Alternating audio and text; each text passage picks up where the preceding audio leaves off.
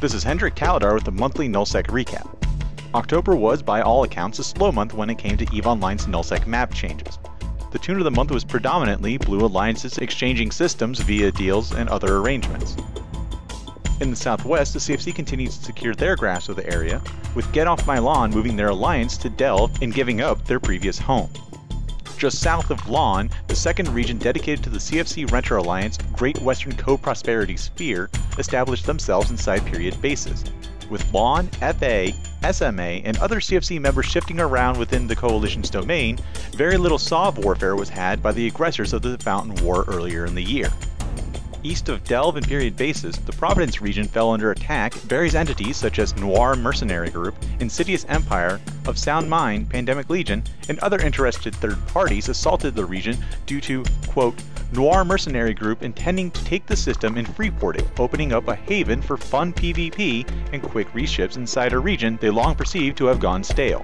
Proviblock, the coalition of Providence entities that live inside the region, formed up defensive fleets and on October 18th were able to save the 9UY-H system from falling under enemy control by destroying a sovereignty blockade unit. Late on the evening of October 31st, Solar Fleet and Black Legion, who took Aquarius in the recent months, blued the Stain Wagon, a group of alliances led by Against All Authorities and Darkness of Despair. As a result, Solar deployed to the KDF-GY system in Catch, just 2 jumps away from the Immensia region, with the obvious intent to attack. In response, the AAA-owned system GE-8JV in Catch fell under attack from the N3 Coalition. Nulli Secunda dropped numerous SBUs to start the sovereignty warfare, but AAA were able to mount their own defense. However, despite their best efforts, the system's infrastructure hub entered shield reinforcement and is due to exit on November 2nd. Meanwhile, fights are breaking out all over the system, with AAA attempting to destroy numerous SBUs, while N3 and their allies attempt to stop this new coalition that is yet to be given a formal name. These were, by all accounts, the most notable events to occur within Nullsec during the month of October. However, the lack of sovereignty warfare did not stop PvP from occurring, where an unprecedented amount of supercaps and capital ships were all destroyed. Firstly, there was an Erebus, a Titan-class ship, belonging to Lost Obsession, destroyed in the Archie system of Sync Liaison. One of the attacking pilots explained that the killed Titan was simply a matter of luck. Members of Full Metal Jacket were hunting for engagements when they were able to scan down the safe spot of the Titan, and an attack was coordinated amongst themselves. This was just one of several Titans lost, as a Ragnarok belonging to CFC member Razor fell victim to an attack in the I-8D0G system in Catch. The initial reports for the kill stated that the pilot had accidentally jumped the Titan in when providing bridging support for their fleet. Members of Darkness of Despair and Against All Authorities quickly escalated the fight, resulting in the Titan's ultimate destruction. On the same day as the Ragnarok loss, N3 Coalition member Nulli Secunda were able to destroy 2 Fatal Ascension capital ship assembly arrays. Locals within the Fountain region, Fatal Ascension's new home, reinforced a pair of FA large towers containing the 2 CSAAs. Fielding an Ishtar fleet of roughly 200 pilots, Nulli Secunda, Northern Coalition, and other pilots within N3 headed to the XUW-3X system. Although they were expecting a defense fleet, FA simply fielded a few triage carriers, and the 2 CSAAs were destroyed. In the lost CSAAs were a Titan and super carrier being built by the owner corporation. According to FA leadership, however, one CSAA was empty while the other was building components for a Titan. The tabulated damages for the 2 CSAAs were roughly in the 83 billion ISK range, which includes minerals, towers, and infrastructure. Just 3 days later, an astounding 5 supercarriers were destroyed in 3 separate attacks. These attacks range from the Fountain region, Syndicate, and a Lowsec system in Metropolis. The first to die was a Northern Coalition Nyx in Fountain, where it was a remnant of the Fountain War in which NC. Assisted Test Alliance against the CFC invasion. The Nyx last logged off in a safe tower. However, in the long months since the official end of the war, the safe tower had since been removed. When the pilot then logged in next, they were met with a grim surprise as they were loaded into an enemy pause. The Nyx was placed into a 15-minute log-off timer, which would normally result in the pilot warping to a safe spot and cloaking up. Unfortunately for the pilot, no cloak was fitted to the ship, and no method to refit the ship existed in the system.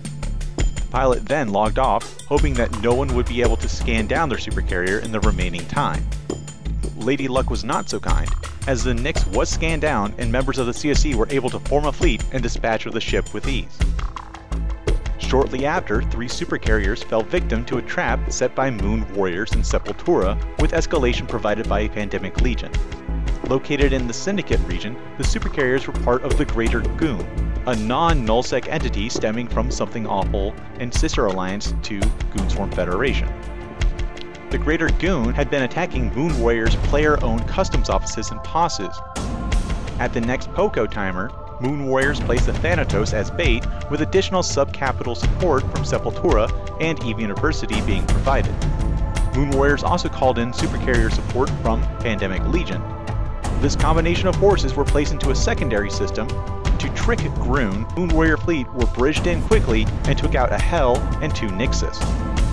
To conclude the day, an Minmatar low-sec system, an Aeon, was destroyed. The pilot of the Aeon parked his supercarrier in an unsafe system before logging off, and hostile forces were able to scan it down and camp to the spot. When the pilot logged back on, they landed in the middle of a hostile camp and died shortly thereafter.